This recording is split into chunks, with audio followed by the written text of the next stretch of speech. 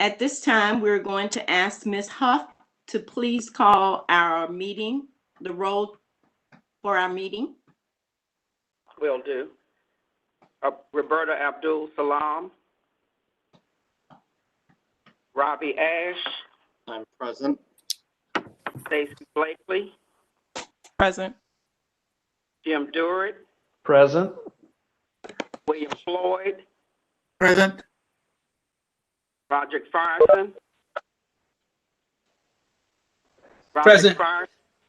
Present. Ryan Glover. Rita Hardage. Russell McMurray. Al Pond. Present. Catherine Powers. Present. Rita Scott. Present. Reginald Snyder. Present. Christopher Tomlinson. Thomas Worthy. Present. Well, good afternoon, everyone. In regards to two of our board members, I would like to add that Miss Roberta Abdul Salam had surgery. Just found that out on this week, so let us remember, and that may be the reason that she's not here on the call with us today unless she joins us later. And also, we received a text from Ms. Hardage that on today, Northside will be having a 12-hour COVID vaccination program that she is mandated to participate in, and she may have an opportunity to join us at some point today. So I just wanted to make sure that everyone was aware of why specifically those two board members were not, did not answer during the roll call. At this time, we're going to ask for approval of the minutes from the January 14th, 2021 work session. I'll move approval. Jim? I move second. That was approval by Jim Durrett and second by Rod Fryson. At this time, we're going to ask for the vote. Are there anyone that would like to vote no or abstain from the vote?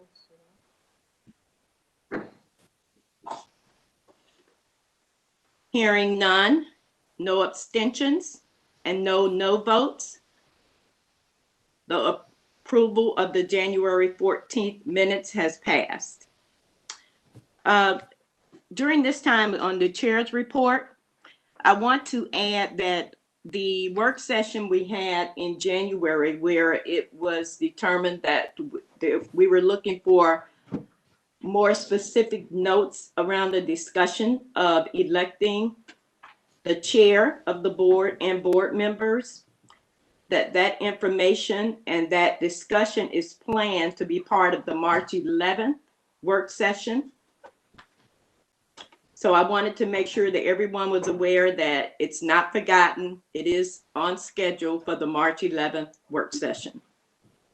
Also, at this time, I think it would be advantageous for, it's under the chair's report, but I think the discussion would be better brought from Mr. Ash because it's regarding possible legislation. So Mr. Ash, would you please share with us the information you've been asked to participate in from Fulton County? Sure. And thank you, Madam Chair. I was approached a couple weeks ago now by the Chief Judge of the Fulton Superior Court, Robert McBurney, who had been talking to the Chief Judge of the State Court, Fulton State Court, Wes Taylor. And they had observed that they periodically have an issue. The MARTA Act says that venue for lawsuits against MARTA occurs in Superior Court. For those of you who are not lawyers on the phone, each counties in Georgia have a couple different layers of courts. And the MARTA Act says that lawsuits against MARTA may only be filed in one of those layers, not in the other two. That periodically creates some confusion because normally in a personal injury case, for instance, a slip and fall or a vehicular accident, normally, as against somebody other than MARTA, those cases would almost always be brought in state court, not in Superior Court. And so periodically, someone not aware of that rule, that special provision for us, files suit against MARTA in the wrong court. And that then burns a couple months worth of everybody's time in motions and lawyer time, getting it transferred into the correct court. It does not increase our liability. It does not reduce our liability. It just requires jurisdictional shuffling at some amount of time and expense. And so Judge McBurney and Judge Taylor asked if MARTA would be willing to consider an amendment that would provide essentially that a suit against us may be brought in either state court or in Superior Court, assuming it would otherwise be appropriate in those courts. And for the lawyers on the call, obviously, you couldn't grant equity powers to a state court. So if the case sought equity, then it would still have to be brought in Superior. But if it didn't, because it was just a personal injury suit, then it could be brought in state and could stay there. I contacted Liz and our chair and Liz talked about it with her team. O'Neill talked about it with her team, including our outside counsel who defends these lawsuits. And they think that there's no harm to MARTA from this, and it might actually result in a little less hassle periodically. So with that understanding, we would propose informing the courts that we have no objection to moving this forward and would help them kind of shepherd that along the way, largely so that it doesn't turn into something else during the process. But we wanted, the chair and I have discussed it. Again, staff has vetted it. They think that this makes sense and is one of those rare instances in which we can go to the legislature with some common sense reform that will make everybody happy and benefit everybody. But before we did that, we wanted to raise it at the work session to see if anybody had any questions about it. Robbie, this is Thomas. Yes, Are you saying that the judiciary will carry this bill and this would be part of the judiciary package? Yes, that this isn't going to be a MARTA ask because it's not a MARTA priority, but that we would cooperate with McBurney and Taylor in their request to get it done. I have mentioned this, the possibility of it to Mary Margaret, given that she's A, the MARTOC chair, and B, practicing litigator. So it makes sense that she would be the person to do this, whether mechanically it's done through a bigger general civil judiciary bill or as an amendment to the MARTA Act. I mean, every time the MARTA Act is open, everybody on this call should be nervous. And so if we can do it just in in one of the Christmas tree judiciary bills, then that's easy. Does that answer your question? Yeah, that's very helpful. I think that's the way it should remain. Cool. Robbie, this is Rod Price. I have a question. Sure. So currently the way it develops, are you telling me that if this is filed in the wrong court, in the state court, that they don't know it's a filing Mr. correction? Bryson, you're breaking up. Okay. I'm sorry. Is that better? I'm not sure that is. Okay. I can hear you. You're fine, Rod. Okay. If this is filed in the wrong court, as you say, in the state court, that they do not realize that this is this not the correct filing until months until it gets before someone and they say, "Whoops, Yes. you got to start all over." Well, procedurally, what happens is there's a transfer that happens, but that requires MARTA pointing it out, a judge having time and attention to actually mechanically do that. So, making this change will save MARTA's outside counsel some time and thus us some expense. It will permit resolution of the cases either for us or against us more efficiently. Okay. And it will save the judges some amount of needless paperwork. But yes, Okay. the problem is when a lawsuit gets filed in the wrong jurisdiction or the wrong venue, there's nobody in the clerk's office who's paying attention to that. So it's not until months later that comes to the court's attention and gets resolved.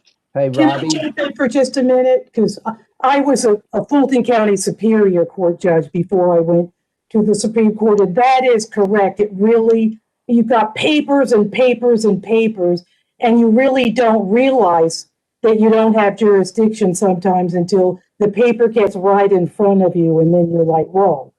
The same thing in the Court of Appeals in the Supreme Court.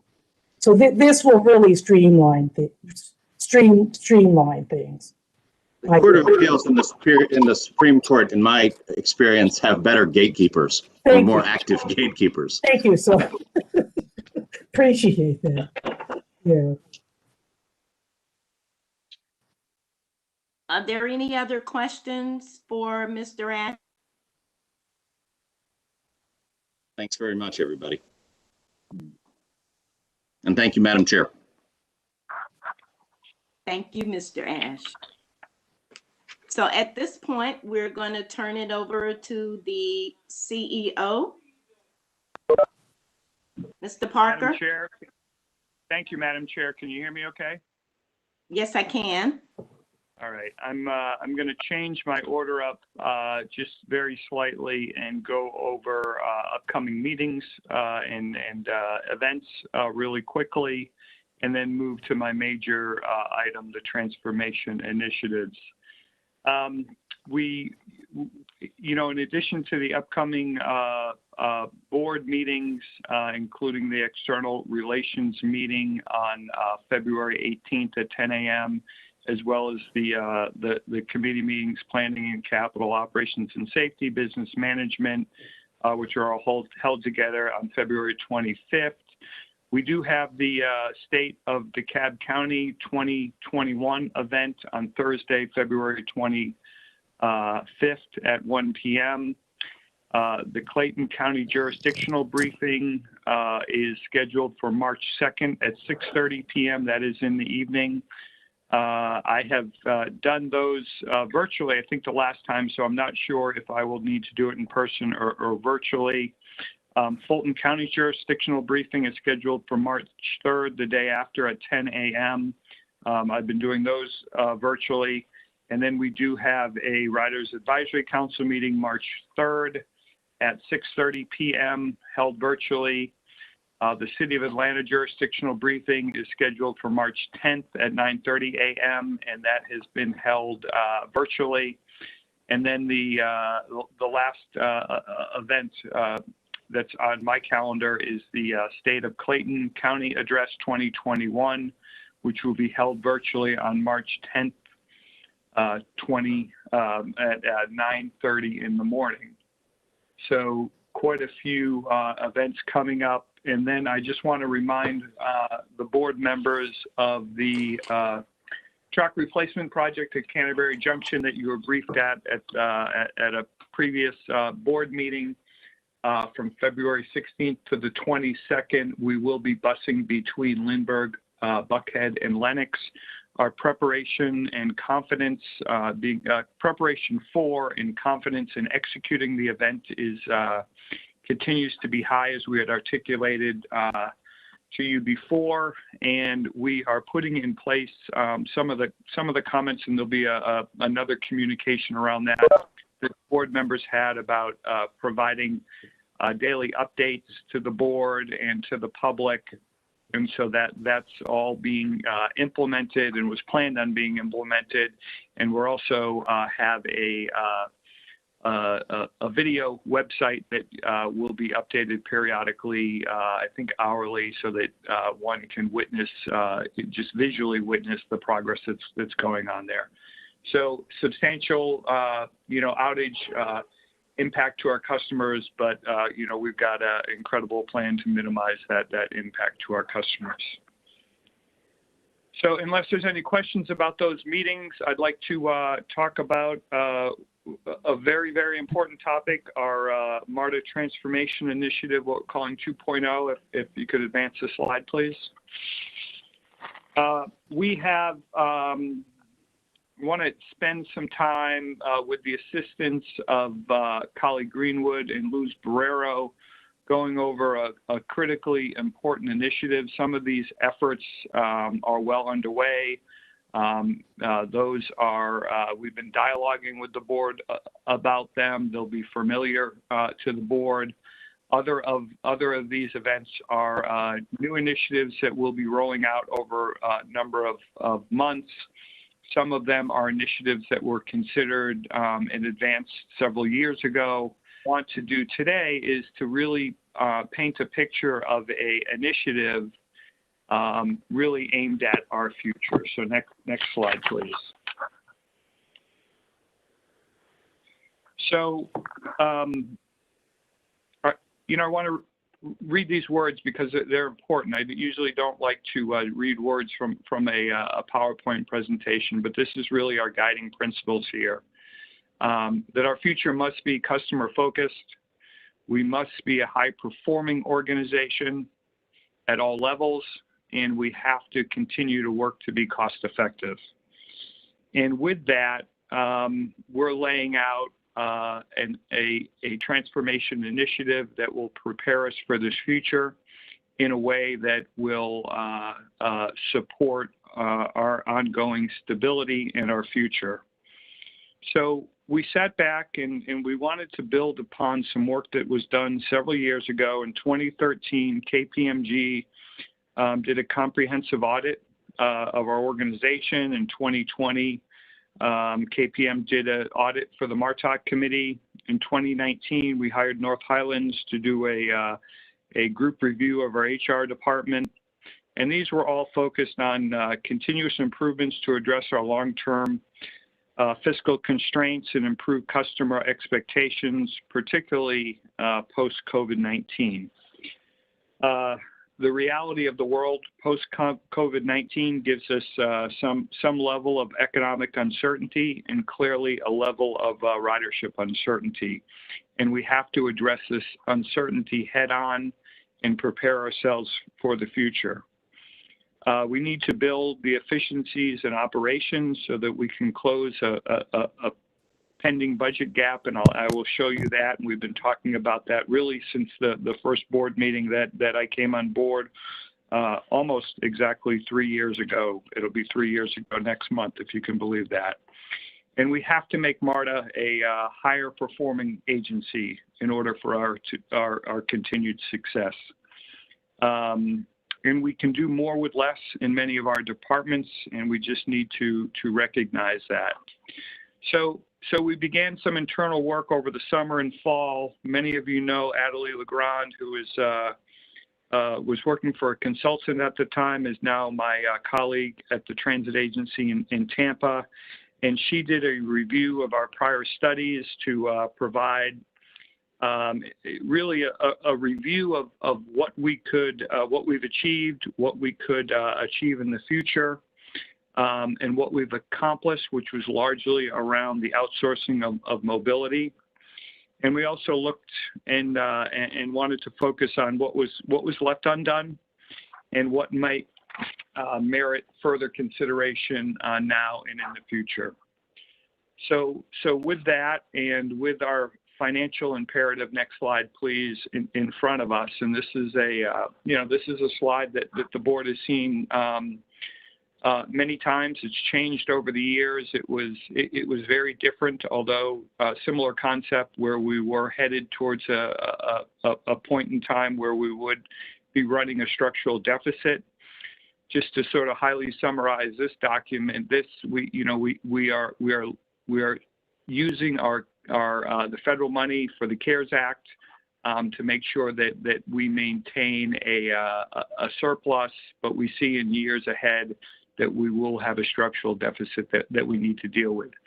I do want to mention that this is really a point in time exercise. I've asked Raj, our new CFO, to really dig in and validate some of these assumptions, and I'm sure that these numbers will change over time with new assumptions. But nevertheless, the future structural deficiency is or will be upon us if we don't make meaningful change. So next slide. So under this umbrella of of our transformation initiative, we've divided these two into two separate tracks, an administrative focus and an operational focus. I won't read the items on here. Luz and Kali will give you some information about these, but it is our intent to bring back to the board continuous information about the progress on these initiatives. We see that this is critically important. And then we're also going to hear about one of these initiatives in a little more detailed from a gentleman and some of his colleagues who's familiar, I think, to many of the board members, and that's Jared Walker, who's will be joining us in a minute, about our network bus redesign. Pre-COVID-19, we shared with the board members at the time his book, and I know that many of you read his book and are aware of sort of the concepts in his books, and we're prepared to advance them. I do want to make one more point about the, what I'll do is I'm going to delay that point until after Kali, because it'll be closer to when Jared speaks. So with that, I'd like to turn it over to Luz, who's going to talk about the initiatives that fall under our transformation efforts in the administrative areas. So go ahead, Luz. Thank you, Jeff. Good morning, members of the board, Madam Chair, Mr. Parker, colleagues and members of the public. I am Luz Borrero. I'm the Chief of Administration, working in collaboration with other members of the C team, and I am leading this administrative transformation effort. The objectives of this effort, as Jeff mentioned earlier, are to help us achieve greater efficiencies, to reduce our management costs, to improve our service delivery, and to optimize our internal and external customer experience. We want to leverage existing technologies to lower our administrative costs, and we want to accelerate the delivery of technology solutions across the organization so that we can optimize and right-size the organization to meet the needs of our future. And we also want to better monetize all of MARTA real estate assets. Next slide, please. So to undertake these efforts, we have begun examining each one of the departments that could potentially give us the greatest opportunities for achieving optimization. Excuse me, The Luz. Human Resources Department, yes? Luz, could we ask everybody to please mute, because I'm hearing some bad service noise behind you. Not you, Luz, but somebody. Thank you. Thank you. Yes, appreciate it. The Human Resources Department has been undergoing significant changes. Most recently, we stood up the Labor and Employee Relations Department to enhance our ability to more strategically prepare for and conduct labor negotiations and continue more streamlined labor relations. But we know that this department has an opportunity for continued improvements. Some of those improvements include shortening our talent acquisition processes. We want to more quickly source, screen, and onboard personnel. We process approximately 20,000 job applications on an annual basis. And we don't have a fully automated applicant tracking and selection system, which most modern outfits do nowadays. We want to leverage existing technology applications to further improve these functions and examine more deeply the intersection of the activities between human resources and our payroll functions. And more importantly, we want to increase our employee engagement and our employee satisfaction levels. And we know that we could achieve those objectives and still lower the cost of delivery of HRIS and payroll. Next slide, please. So as a next step in this process of transformation, we want to validate the current assumptions regarding the costs. What is costing us to deliver these services now versus what the market could potentially offer, and make a determination about the opportunities for savings and greater efficiencies. We know that many companies now are relying significantly on outsourced services, and we want to understand better how that opportunity could be applicable to MARTA. Next slide, please. Now, I want to turn our attention to the technology side. The technology department has also been undergoing a series of important transformations, but we know that there are opportunities there to continue this progress.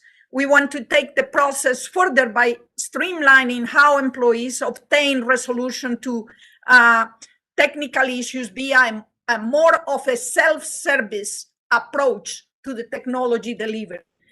We now rely significantly on technical support to assist employees in resolution, but we know that the technology has advanced enough so that people can be a lot more self-sufficient if we have the right tools in their hands.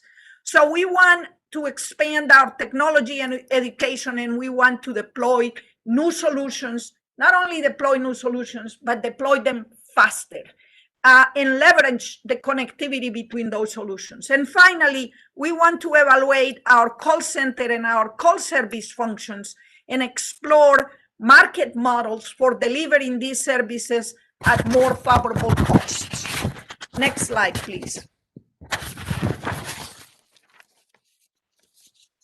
So a recent improvement that the technology department implemented was the establishment of a tech bar.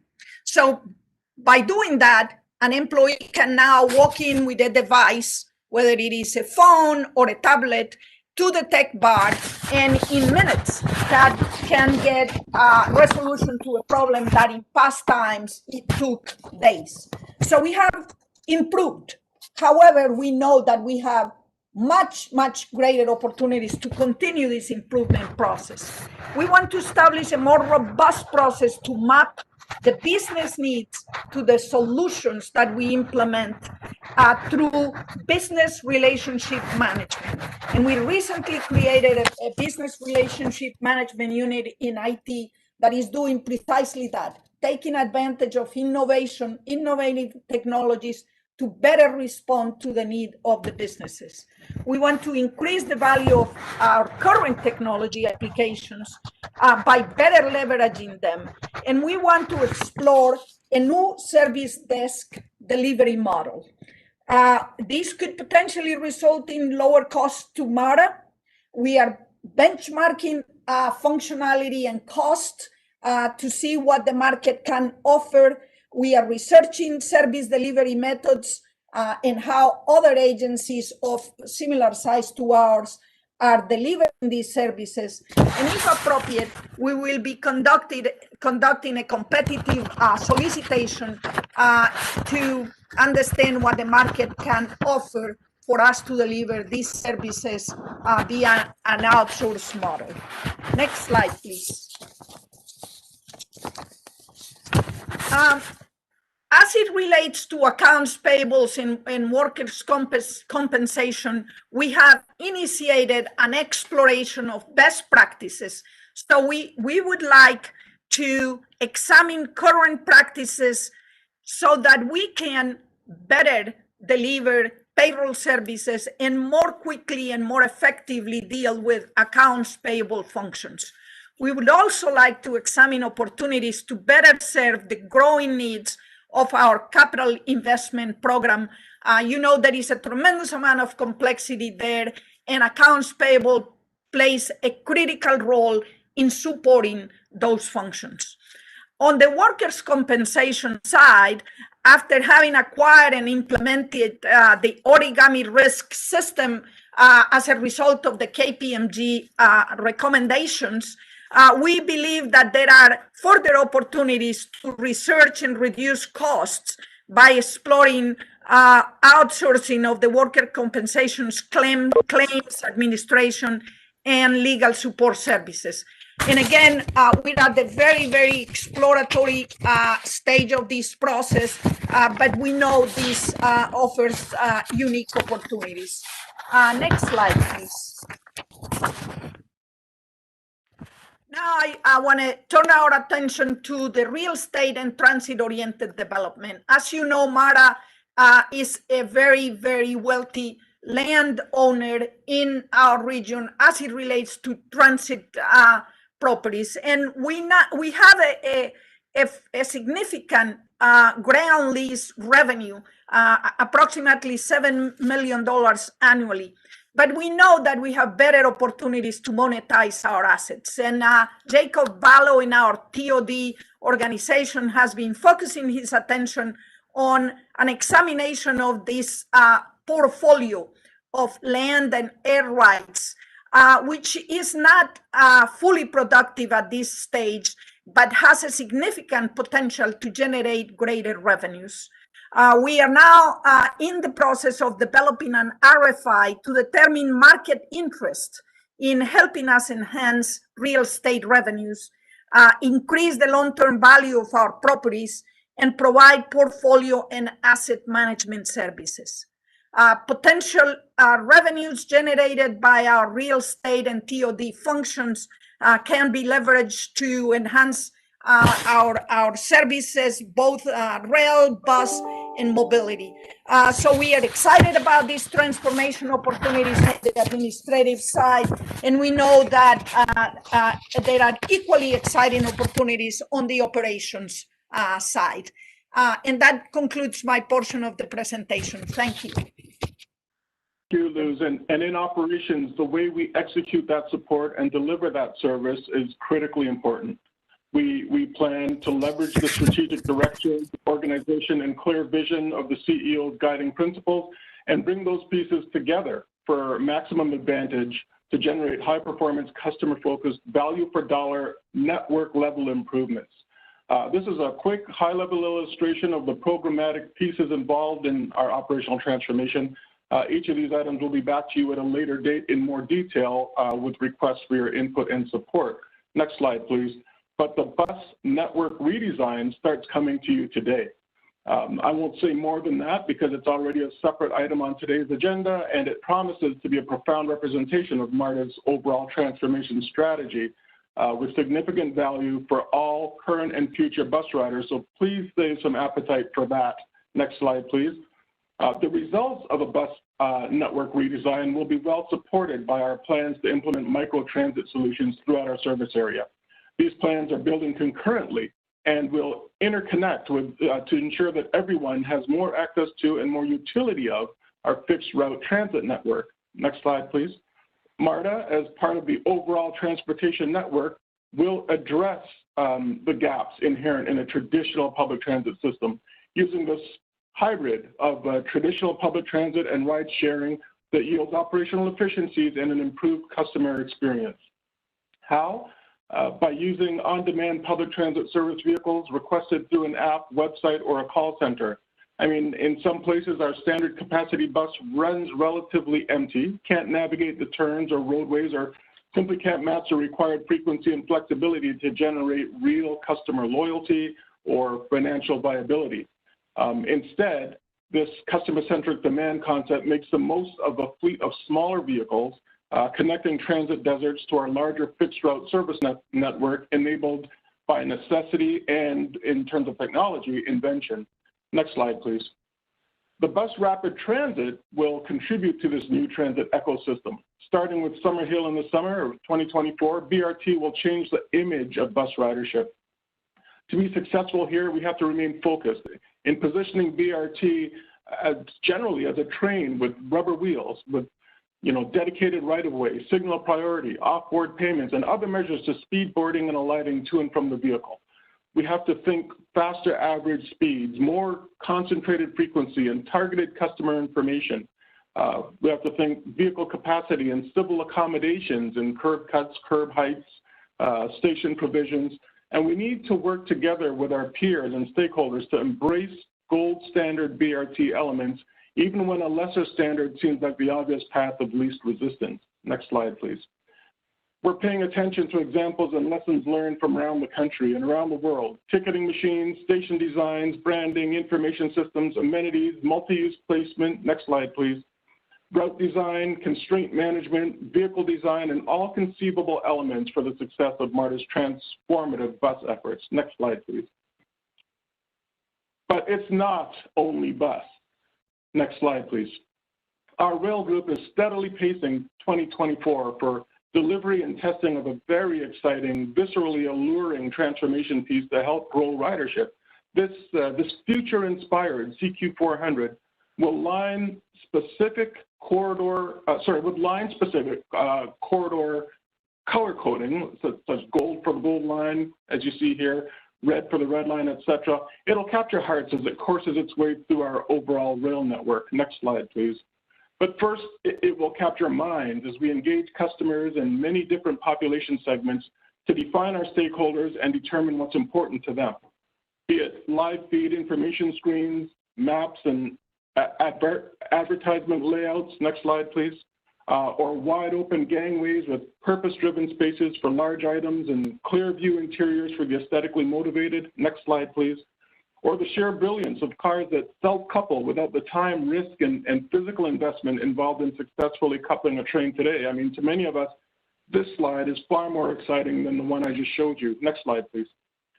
Procurement of the CQ400 will consider every detail: acceleration, maintenance, facilities, yard layout, capacity, safety, security, maintenance, everything in delivery of the right train for this transformation. Next slide, please.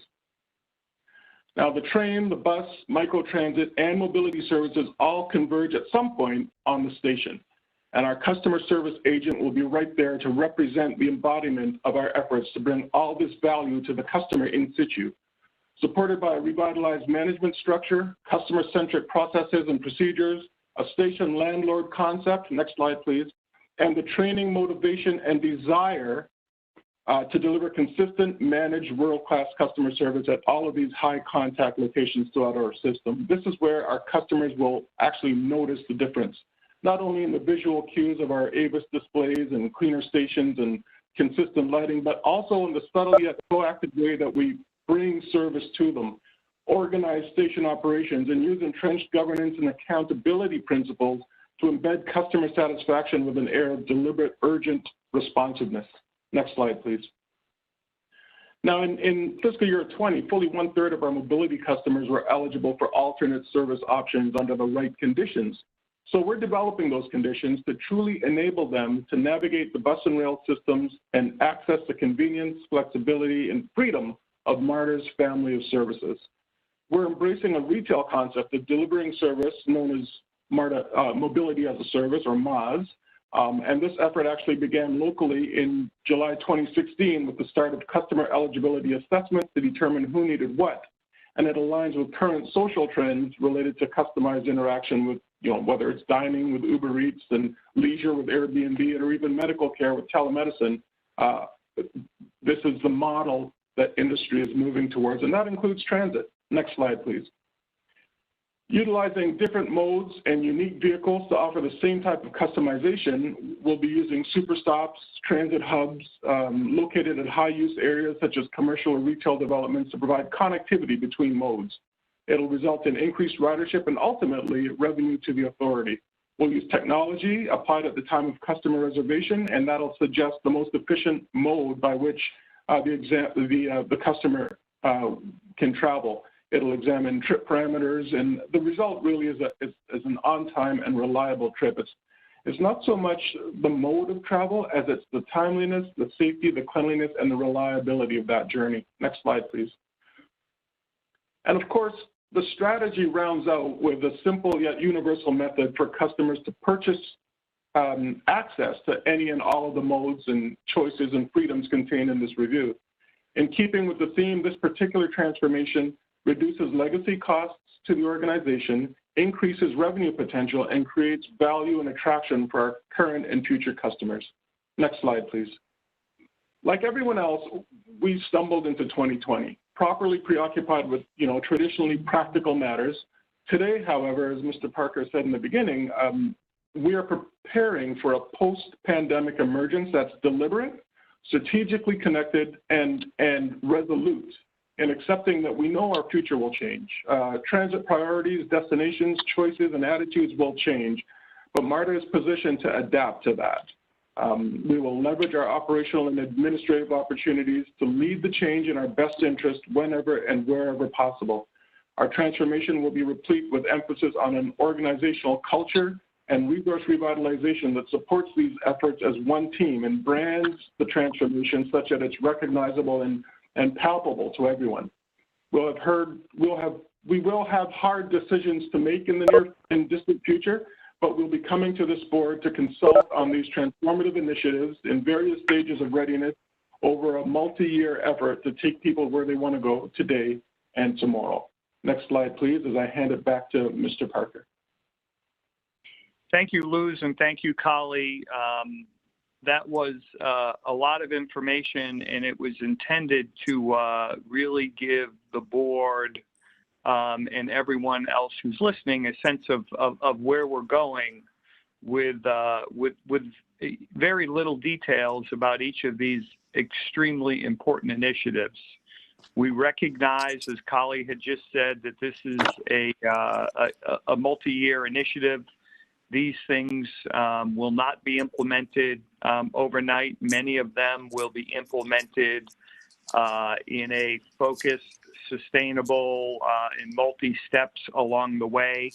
But at the end of the day, I truly believe that we need to take this approach and embrace this approach as an organization to really prepare us for the uncertainty that I mentioned at the beginning of this presentation. The uncertainty around funding, the uncertainty around ridership coming back, and really work hard to lead this organization in a transformative way that we clearly sit here today and we don't entirely know our future.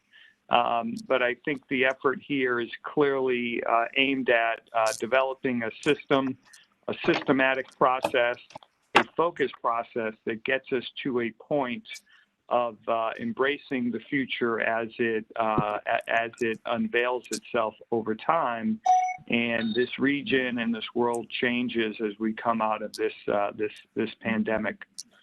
So I'm going to pause here. I do want to, in a moment, introduce our next piece of the presentation, but I do want to pause here to see if anyone has any questions about a substantial, maybe feeling overwhelming presentation about a multitude of initiatives that are in front of MARTA's management team right now. So, Chairwoman, I just want to see if anyone has any questions for myself or Luz or Kali. I have a couple of questions. As do I. Okay, Mr. Floyd. Well, first question is, it's obviously we've got some pretty smart people looking into this. So, but my question is, and I saw the funding gap that you all are aware of. Do you have a funding analysis of what these changes, the potential saving of these changes might present to us? I mean, are we working toward these changes? And maybe there's not an answer, but then, and it leads me to my big question, which is, shouldn't a discussion about additional funding sources for MARTA be part of this discussion? And I think what I'm talking about here are additional sources of revenue through property tax or other avenues that may add to closing this funding gap. And would not this be the appropriate time to have that discussion also? I clearly think agree that is an appropriate conversation to have, and we will work with the board around that. We're starting to have more of those conversations. I think, Mr. Floyd, many of those additional funding sources are really going to be focused on capital expansion and expanding our network. And so, for example, we talked a lot about, how the increase in real estate values can be leveraged to augment transit. And I think in that case, the appropriate investment would be to make sure that transit is supporting that density and the development that's happening through that's affecting that increase in real estate value. So I do believe that's very important and critical to our future, but mainly not exclusively focused on the expansion of our network.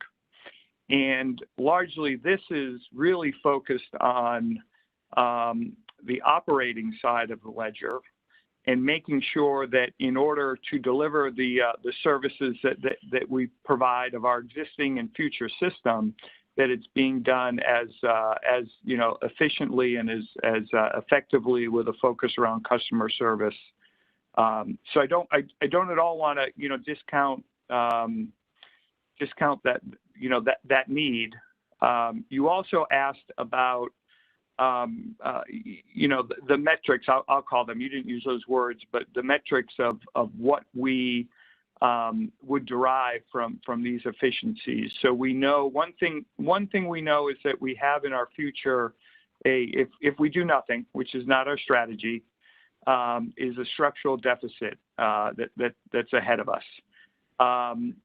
One of the things that Raj is focused on early on in his tenure as CFO is to really refine that, to understand, where we cross that line in terms of revenue and expenses. And I do believe it's a number of years off, and we have the time to implement these effective transformations. And as part of that, and as we implement each one of these and bring information about these individually to the board, we will begin to talk about, the impact and the financial impact or the other impacts that we will have having these. But one of the things that I've said to the group as we've talked about this is that these initiatives have to be transformational. We should not be talking about in this forum the little things that we need to do anyways. There's a lot of little things that we need to do to improve this organization, but this is a focus on really those transformational efforts that will have big impacts on efficiencies, big impacts on customer experience, and ultimately, ensuring that we continue to be a sustainable organization. Does that help? But still, I'm wondering if you all made any kind of an estimate about potential savings through this process. Yeah, well, that's something you don't want to tell us right now. No, in a very general way, we have a high level of confidence that we can close the gap. And if you look at the gap, it's projected to be $40-50 million a year in 2024. I think that's probably a worst case scenario. But I also don't believe that we should be thinking about just closing the gap. We should be really thinking about, how we can build as much efficiencies and derive benefit from those efficiencies for our customers that are beyond just closing a gap, right? If it's just closing a gap, that's one thing, but this is, this needs to be more than that. So. Thank you. Yep. Rita, may I? Yeah, I was about to say, I believe someone else had questions.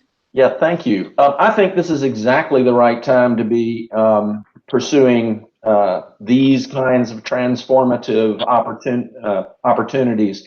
And I believe, Bill, that as we roll these out and tell the story and collect the data, it's going to make it an even more compelling case that everything that we are doing to deliver great mobility service to the region is going to, it'll attract more funding and more support. So it's all about implementation and how you tell the story. So I'm really excited about this. And Jeff, I salute you and everybody there for coming up with this framework and pursuing it.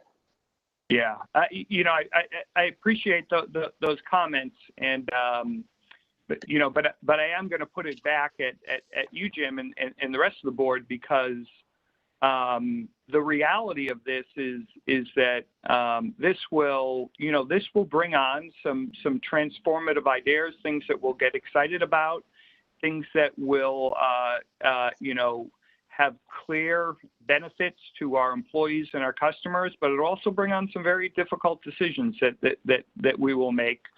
And we're going to talk in a little bit when we're done with these questions about our bus network design that will ultimately lead to service changes.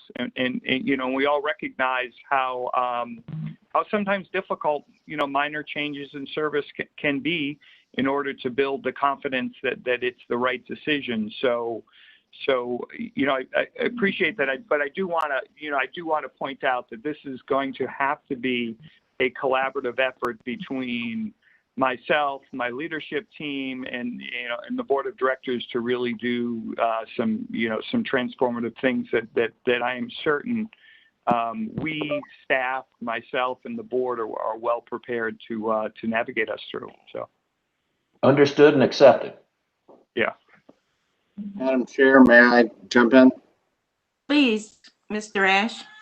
I think I'm now the board member with the second most tenure, second only to gray hair, Mr. Jim.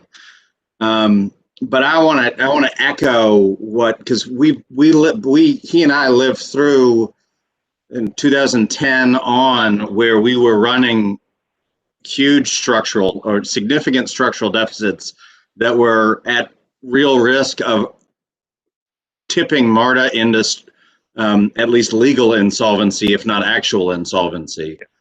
We were spending $35 million more a year than we were taking in, and we're whittling down reserves that had been built up over decades. And it was the work that the prior Mr. Parker did in collaboration with that board, and that was known informally as the KPMG report, that was able to stabilize and then reverse the arrow, if you will, so that we were able over the next couple years to stem the bleeding and then start rebuilding our reserves such that they got to $250 million of cash reserves. And I firmly believe that if we had not done the work to get our own fiscal house in order, we would not have gotten Clayton County to join the system in 2014, and we would not have gotten the alleviation of the historic 50-50 requirement, and we would not have gotten the right to go to the citizens of Atlanta and seek additional expansion funding. Because we have to be able to demonstrate that we are responsible stewards of the tax dollars we are entrusted with and the fair dollars that we are entrusted with before we have a chance of being able to make a case to anybody else for further investment. And so revisiting this approach, this work, and finding out what we hadn't done, what we did and it wasn't working, and what are some things we didn't think about back then but need to be thinking about now, strikes me as an incredibly valuable exercise. Because there's probably not anybody on the board who spends more time and hot air blathering on about the need for further expansion funding than I do. But this is the work that will help us make the case to make that happen. So to everybody involved, thank you very much. I look forward to seeing this move to fruition. Yeah, and Robbie, thank you for mentioning that and those thoughtful and supportive comments. And I just want to remind people who are living through the downturn in the economy that happened in the 2000s and the crash of the real estate market. About, we all lived that personally, but MARTA lived that, and that goes back many, many years. And I wasn't working here at the time, but it was a very, difficult place. And this board and the leadership at the time worked very hard. And Robbie told the story of coming out of that. And I truly believe that as you've hired me and I've put together inherited and put together a management team that's really capable to make sure that we're not caught by surprise like this organization was when the housing crisis happened, and that when sales tax revenue plummeted. We never want to be there again if we can avoid it at all. And I think this is I know this is a deliberate effort to avoid. Whenever we cross that Rubicon, we're already fixed things and we've already transformed. So that's our focus. Are there any other questions or comments for Mr. Parker? Yes, Madam Chair, Alpine. Go ahead, Mr. Pond. I commend Jeff and his team for putting this together, and the comments that Robbie made were very important. I would just point out that we're talking about 2 or 3 years away for the deficit, and that's not very far away. So I would just emphasize that you need to show a sense of urgency in moving forward with this plan. Absolutely. And I will ask all of you on the board to keep reminding us of that urgency, because it's a very, very important point. So, Madam Chair, are there any more questions? I would like to make a comment. In observation of the evolving technology, it reminds me of the operation of selling Breeze cards at various seniors locations throughout our jurisdictions.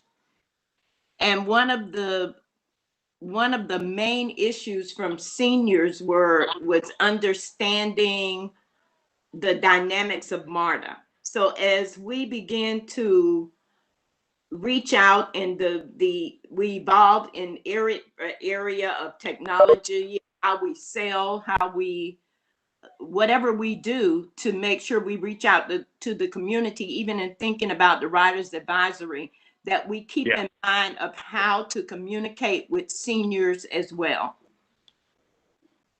Yeah, couldn't agree with you more. This is not simply an effort to downsize the organization or to cut costs. This is clearly an effort for seniors, for all the communities that we serve, to really improve and build upon and better serve those constituents in a more meaningful way. And I think that the investment that we've done of really becoming a more customer-centric organization in the role of Rhonda Allen is going to be key to this implementation, that it just doesn't become just cost-cutting, because you're absolutely right. We will lose what's most important here, and that's we've got ultimately I think we have 2 assets. We have our employees and our customers. We own a whole lot of property. We own a whole lot of equipment, but without those 2 assets, we really have nothing. And so, you bring up the customers, seniors as an important base, and we will continue to focus on that. Thank you. And especially as I think about our transit-oriented development areas. Right. So if it's all right, I'm going to move on to the final part of the presentation. This is media information that you're about to hear, critically important. I ask for you to engage around this, because ultimately these decisions are going to come full circle with needs for service changes to improve what we're doing. And we've hired Jared Walker's team to take us through this effort. And, this is all connected with all the other initiatives. But I just do very, very briefly, before I introduce Santiago, who's internally leading this effort, mention that sometimes these efforts become opportunistic. And this is out of, and I'll hold it up, but if you remember, the mayor of Atlanta put together a One Atlanta strategic transportation plan. And one of the goals, sets of goals, is about improving transit, and specifically about making high frequency transit options available to a higher percentage of the residents of the city of Atlanta. And we were specifically talking about engaging a firm like Mr. Walker's firm to do this effort for the city of Atlanta in conjunction with the city of Atlanta. We realized that it would be very difficult to do this the way our system is laid out, to do it in isolation only in the city of Atlanta. So we believe that we need to do it broadly for the whole system, and we see benefits for the whole system. But then the opportunistic part came. Unfortunately, COVID-19 hit. And while it slowed down this effort, as we're reeling with having to cut bus service, we also realized opportunistically that this is really a great effort to help us come out of COVID-19. So many of these efforts under this transformation umbrella, fitting under that important umbrella, are opportunistic and tied to other needs. So with that, I'd like to turn it over to Santiago, who's going to introduce the team that he'll be working with to advance this. So, Santiago. Thank you, Jeff. Can everyone hear me? Yep. Yes. Yep, thank you. So before I introduce Jared and Michelle, before they get started, I just wanted to take a minute to tell the board a little bit about the bus network redesign. The network redesign is an idea that is a long time coming for the city of MARTA. And it's a much needed change for MARTA in the Atlanta region. The good news is that we're here today, and this is the start of a very long journey, and we're committed to make a difference on how people use our service.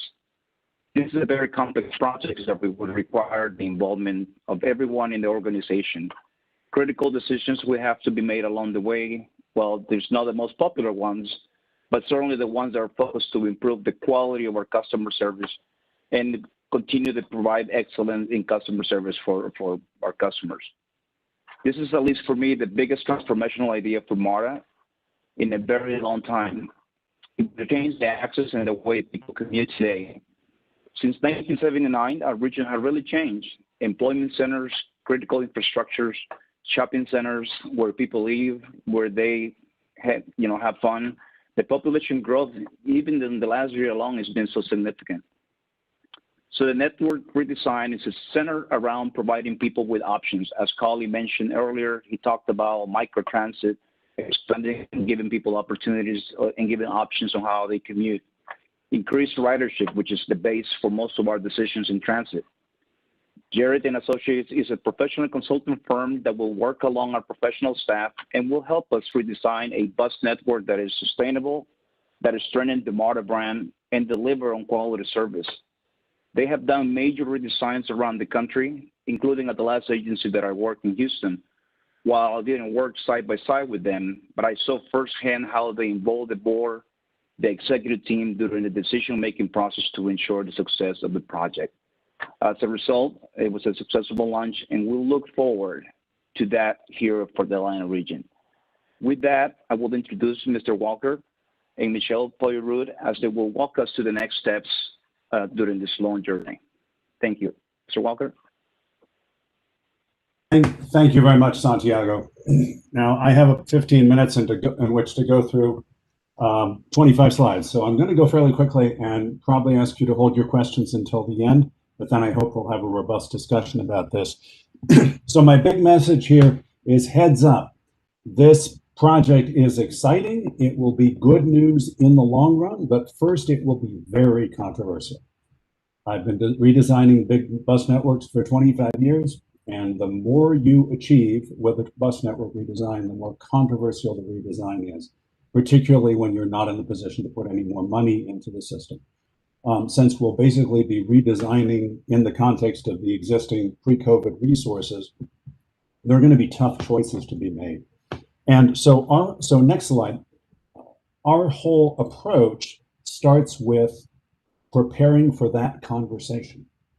And that's why it's so important that you as leaders be grappling with this material now and starting to talk with your constituents and the communities you work with now about these issues, because it takes time for that understanding to percolate through so that when the decision has to be made, it can be made knowledgeably, which is what we're really trying to achieve, knowledgeably with as many people as possible.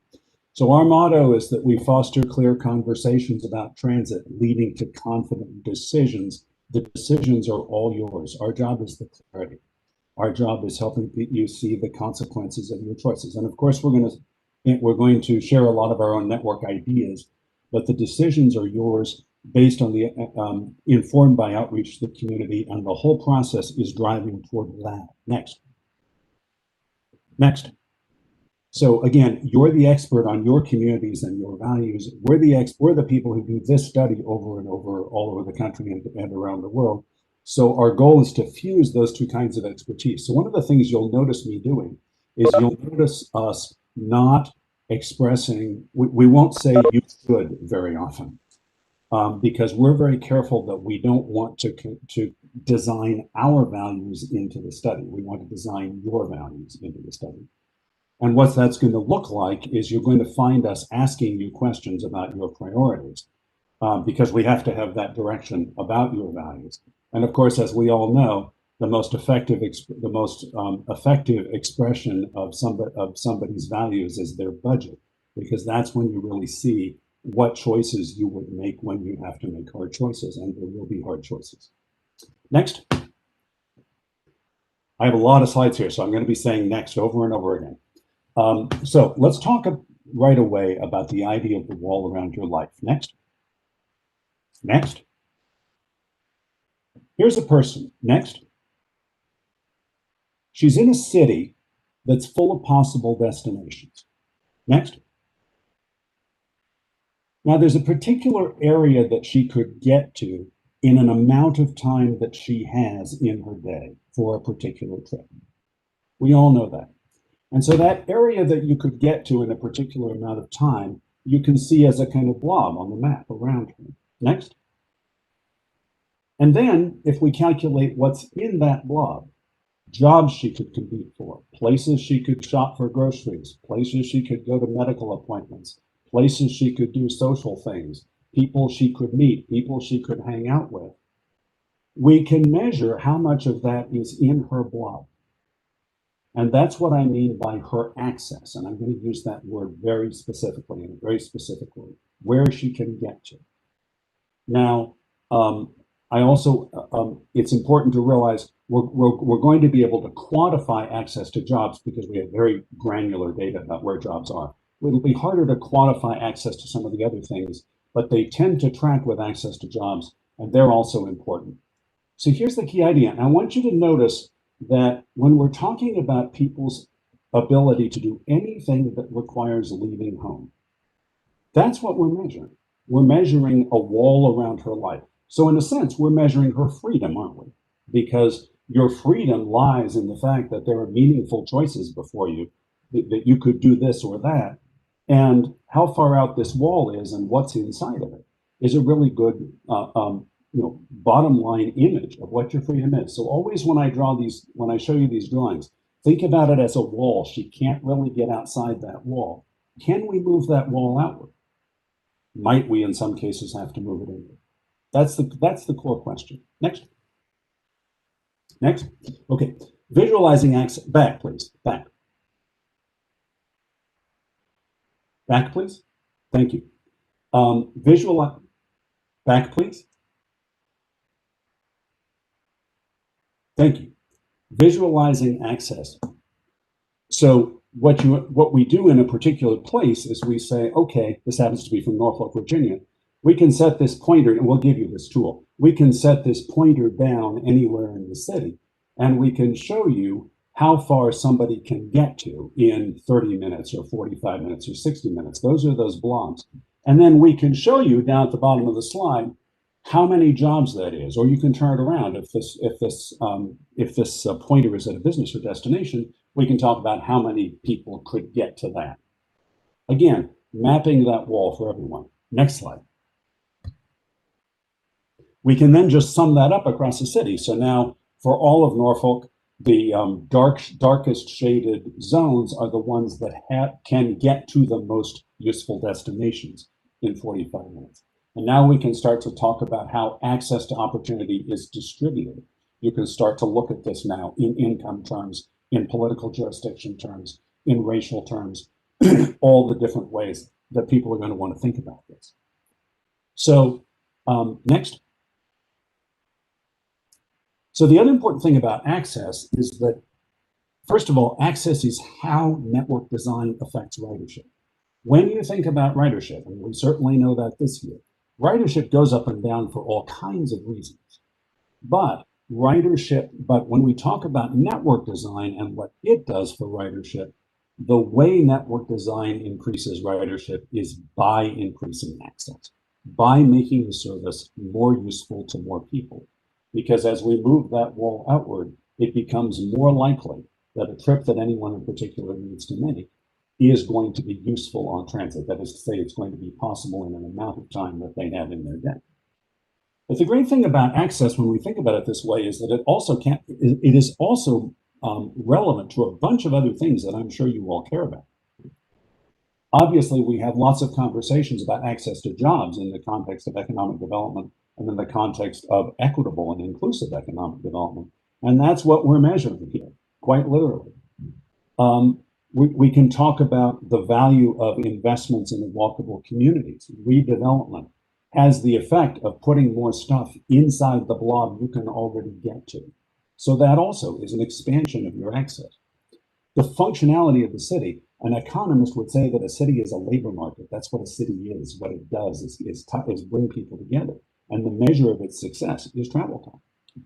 And personal freedom itself, as we've talked about. Access is all of those things. Next. Next. Okay. How transit expand back. Let's talk quickly about how transit expands access. The most efficient access expanding service is, first of all, frequent. Got to be coming every 15 minutes or better so that you experience it as being ready to go more or less whenever you are. Also needs to be reasonably fast and reliable and available when you need it. So span of service, how long it runs, whether it runs on weekends matters. But when you have limited resources, the way we expand access across the whole service area for the most people is not to do it for absolutely everyone, but rather to focus on places where there are many people and activities that can benefit. And there's some pure geometry about how communities are laid out that is important here. Next. So density, these two bus routes cost the same to run. They both have two buses on them, but the one in the upper image has twice as many people around every stop. So of course, we're simply providing access to more people when we provide better service to a denser place. Next. Walkability. Is it possible to walk between the stop and the activities around it? If you have a highly obstructed street grid where you can't walk to the bus stop, even though it's a short distance away, that essentially makes it a worse market for ridership.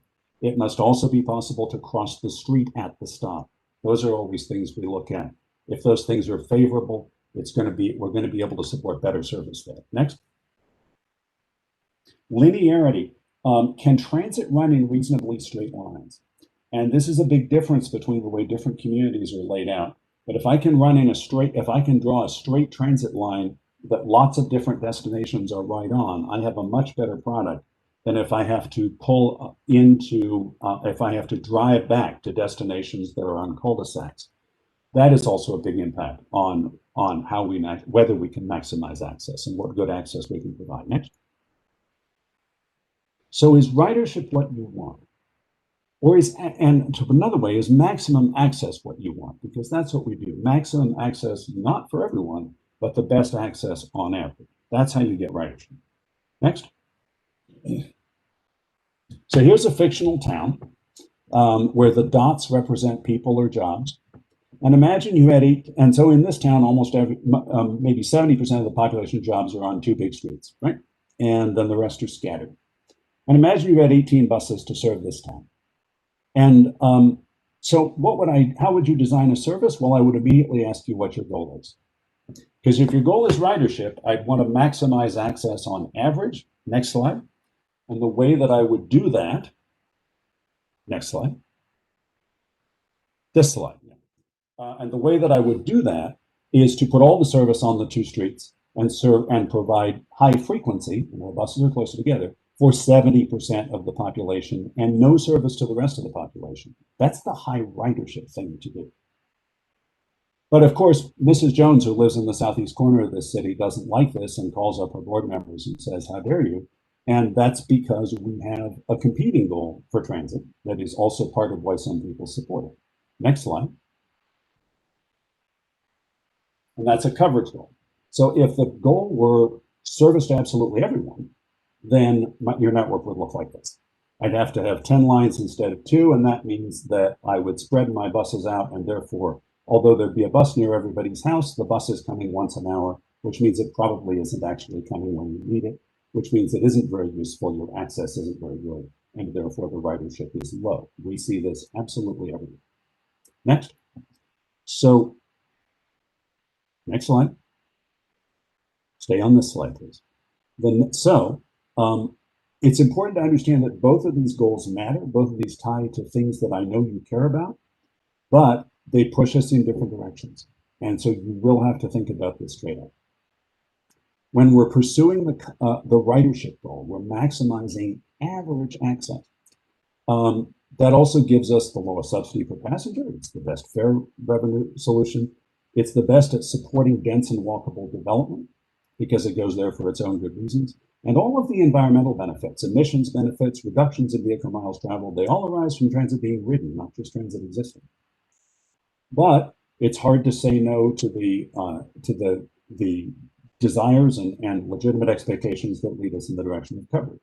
The idea that there's something for everyone, that we've left no one behind. Not to forget service to every member city or electoral district. There's an element of that too, in terms of the political geography, requiring us to spread things out. So you're going to have to think about this trade-off and how you want to come down. Next slide. Next slide, please. This slide, please. Thanks.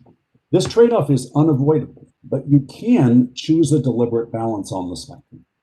So we usually, when we work with a transit agency, we end up at the end of the conversation with a statement of something like X% of our bus resources are to be designed for the goal of ridership, and the remainder are to be designed for the goal of coverage.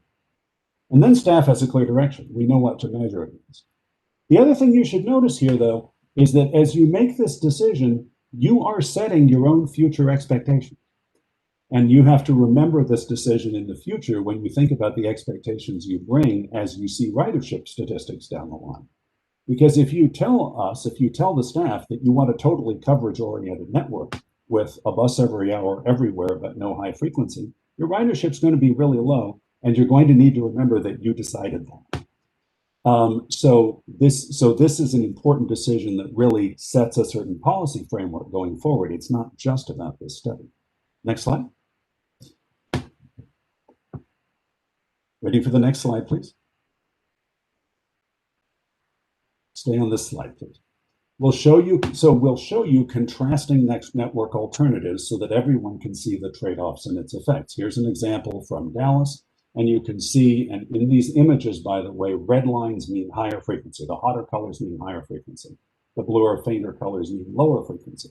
So you can see that a higher ridership network has more red lines, but a higher coverage network goes more places. It has the little faint blue lines going into more places that the ridership network just doesn't go to.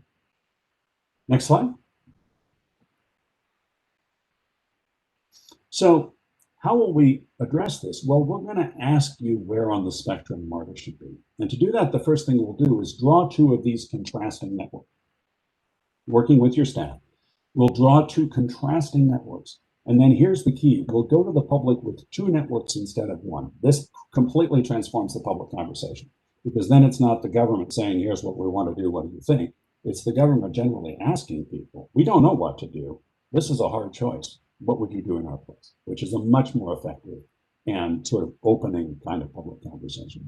And the ultimate question we'll be asking is do you lean toward one of these or another? How far do you lean? And that's something we'll sort of be able to calculate. And that will then come back to you as a decision. Meanwhile, we'll be encouraging you to encourage your constituents, the cities and the suburban counties, the city of Atlanta and other organizations, the big transit consumers like the universities and hospitals, to think about this too, and to form their review about it. Because the more people have thought about it at this stage, the fewer people will be surprised when they see the final draft network, because they'll remember how it was drawn and why it looks like that. Next slide. So the draft plan will reflect the balance you chose. Next slide. So with that, that's what's up in front. That's what's out in front of you. An exciting project, a controversial project. People will be yelling at you. And the key is for us to get started, for you all to get started thinking about this early, starting the conversation about this early, so that the fewest possible people are surprised when we get to the end of it and are actually enrolling. Thank you very much, everyone. Happy to take your question. Thank you, Jared. Madam Chair? Yes. Are there any questions regarding this presentation quickly? Are there any comments? Yeah, Madam Chair, this was Rod Frierson. Go ahead, Mr. Frierson. Yeah, I want to say thank you for the presentation, Mr. Walker. And when I first joined the board, Jeff presented this book to me, and it's one that I have been reading and studying ever since I've been on the board, because I'm new to transit, and it really did help me give a perspective that I didn't understand, that transit had to be brought to the public. You're right, there are competing issues that we're going to have to discuss, and we've always had to deal with these competing issues. But once again, I look forward to how we navigate it. It's important that, I think, for me, what I've understood from reading your material is that it's all about making sure that we get people where they want to go in a very timely manner, because time is the issue. And so if we can make sure that that happens, then that can draw all kind of participation around transit. If we can't make it in a very timely manner, then we'll be running buses or trains empty. So I'm glad to hear the conversation is beginning. And once again, I look forward to having some more deep dive into some of the things that you like to share with us. So thank you. Madam Chair, this is Chris Tomlinson. I have a question. Go ahead, Mr. Tomlinson. Yeah, Mr. Walker, thank you for the presentation. Just curious, roughly what's the timeline for this initiative? That's the question, or first question. That's a great opportunity for me to introduce our project manager, Michelle Poyera, who will be the person leading this project day to day. Thank you. Yeah, so we are going to have engagement late this spring or early in the summer, and public engagement, and that depends a little bit on pandemic conditions. There's a desire to do some in-person public engagement, but that is a moving target, as you know, and there's also a desire to move fairly quickly in this planning. So those two hopes are being weighed right now by the project team. And then we do expect, regardless of when public engagement happens in terms of late spring or early summer, we do expect to have a draft plan for your consideration by the fall. Okay, thank you. And then if you could also just elaborate a little bit on, in addition to the critical need for public involvement and engagement, how do you factor in some of the urban planning elements of areas that are being targeted for future growth, so that you are looking for that coverage based on some future plans, as opposed to just maybe what the current public opinion at that moment in time is? Jarrett, you want to take that? Sure. So the way the actual lines get drawn on the map is that we are in a room with with key MARTA staff, key City of Atlanta staff, and we hope key staff from the counties and outer cities. We'll have to figure out sort of exactly who both wants to and reasonably can be around a conference table with us for something like 7 days. It's a big commitment. But it's important that we have in that room the people who know all of that stuff. So we very much want land use planning to be represented so that conversations about land use can happen as we're drawing the network. That's very important. All right, thank you. Madam Chair? Yes, Um, please go ahead. Yeah, this is Jim Durrett. I just want to say I'm also excited about this, and this approach is so superior, in my opinion, to what we took several years ago when we were doing the transformation initiative to address what we should do with our bus service that was led by PB. So I'm extremely excited about it and the approach, and so thank you for this. Thank you very much. Are there any other questions or comments? I would like to add something. I am so disappointed that Mr. Parker did not share your book with me, since Mr. Bryson and I came to the board at the very same time. But I am very excited to read it. Well, thank you. I will stay out of that one, but thank you very much. Thank you. I hope you do. Hint, You'll hint, have a copy by the end of the week. hint, hint. Are there any other questions? Are there any other comments? I do want to say I personally am also very excited regarding your presentation, and I look forward to working together. Thank you very much. We look forward to it. So, Santiago. Mr. Parker?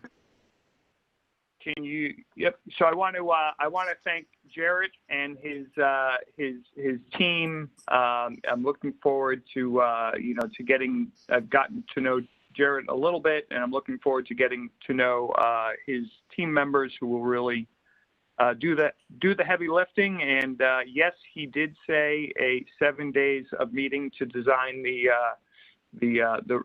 route design. It will be a serious effort of people who seriously want to impact the future of this region. So we look forward to that. We will make sure all the board members have a copy of his book. And with that, the hour is late. I will conclude my remarks. So thank you very much for your attention. Are there any other matters? If not, the board work session has ended, and we'll be ready at 1:30 in 3 minutes for our board meeting. Thank you, everyone. Thank you. Hey, Jeff, one thing just occurred to me. I think you probably already thought of this, but it seems to me the Writers Advisory Council would be a good focus group for this. Absolutely.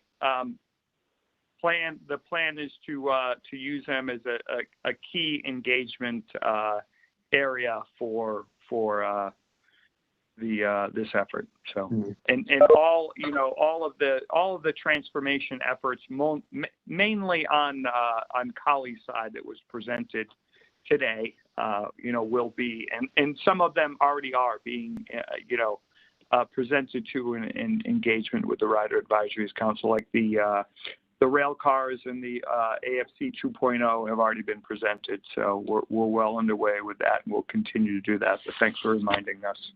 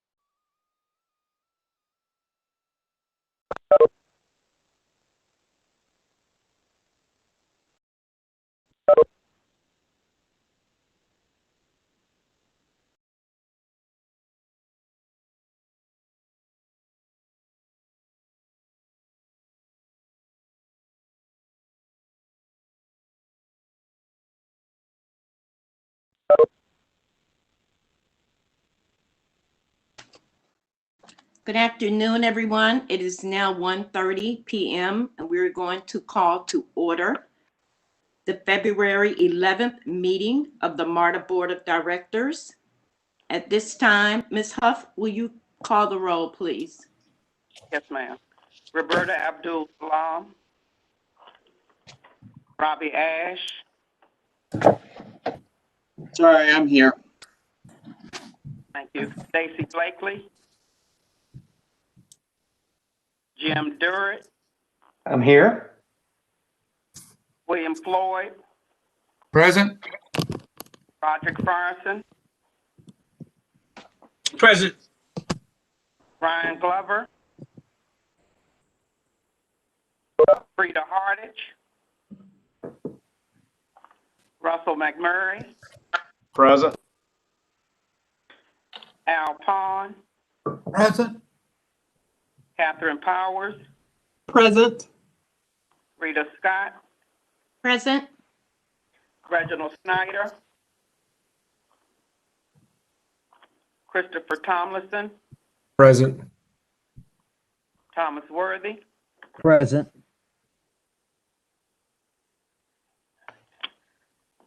Ms. Scott, there are 10 board members present.